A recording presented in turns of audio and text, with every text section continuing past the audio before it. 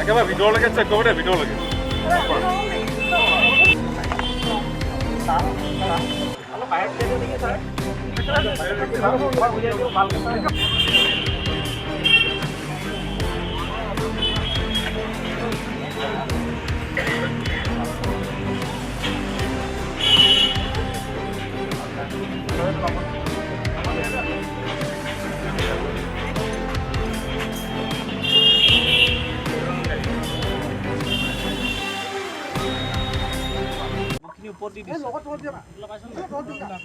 হয় কিবা খুটি যাওক তেতিয়া কৈ যাম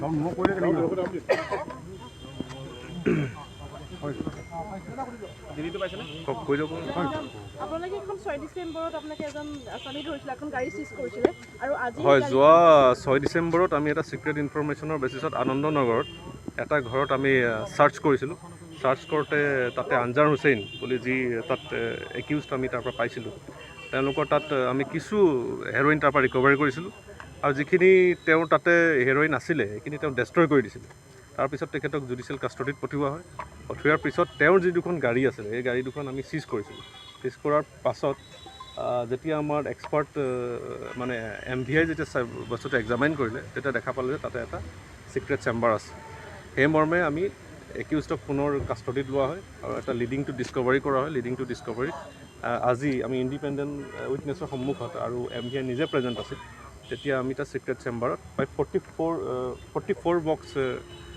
সব কেছ কণ্টেইনিং ছাছপেক্টেড হেৰইন আমি ৰিকভাৰী কৰিছোঁ বজাৰ মূল্য কিমান হ'ব পাৰে এতিয়া আমাৰ ৱেইটটো চলি আছে এইটো ৱেইট প্ৰায় এপ্ৰক্সিমেটলি হাফ মানে 500 গ্ৰামছটো হ'ব এইটো হ'লে প্ৰায় 3.5 crore ক'ৰ পৰা আনিছে বুলি যিটো আমাৰ প্ৰিলিমিনাৰী ইনভেষ্টিগেশ্যন সেইটো ডিমাপুৰ ছাইডৰ পৰা আহিছিল আৰু যিটো ফৰৱাৰ্ড লিংকেজ সেইটো আমি চাই আছোঁ সেই সময়ত আমি পোৱা নাছিলোঁ কিন্তু যিটো আমি লিংকেজ সেইটো আমি এষ্টাব্লিছ কৰিব ট্ৰাই কৰি আছোঁ চলাই আছোঁ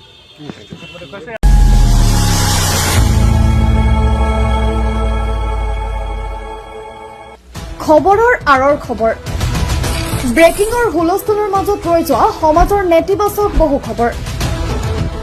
ৰাজনীতিৰ পৰা সমাজনীতিলৈ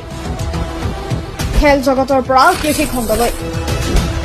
ছবি জগতৰ পৰা সাহিত্য চৰ্চালৈ বৰাক ব্ৰহ্মপুত্ৰৰ লগতে উত্তৰ পূবৰ সাতভনীক সামৰি অসমৰ সংবাদ জগতত নতুন সংযোজন Assam north east news live 24/7